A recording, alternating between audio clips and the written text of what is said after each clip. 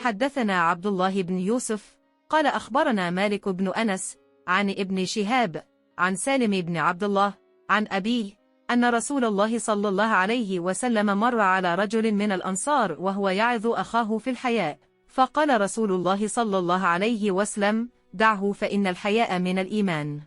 अब्दुल्ला बिन उमर रज़ी अल्लाह अन्हुमा से रवायत है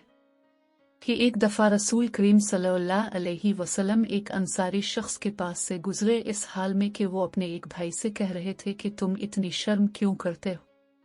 अब सल्लल्लाहु अलैहि वसल्लम ने इस अंसारी से फरमाया कि इसको उसके हाल पर रहने दो, क्योंकि हया भी ईमान ही का एक हिस्सा है।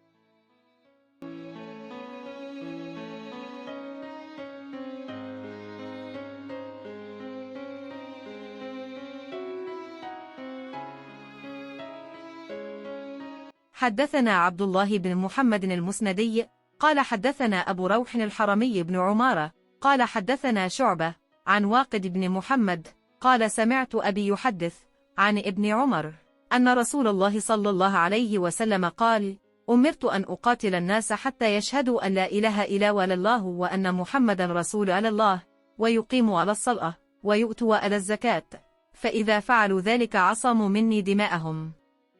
وأموالهم إلا وبحق الإسلام وحسابهم على الله।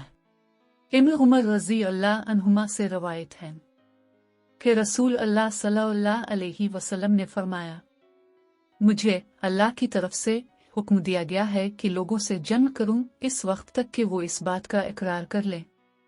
कि अल्लाह के सिवा कोई माबूद नहीं है, और ये कि मोहम्मद सल्लल्लाहु अलैहि वसल्लम अल्लाह के सच्चे रसूल हैं, और नमाज अदा करने लगे और ज़कात दे। जिस वक्त वो ये करने लगेंगे तो मुझसे अपने जान और माल को महफूज कर लेंगे सिवाय इस्लाम के हक के।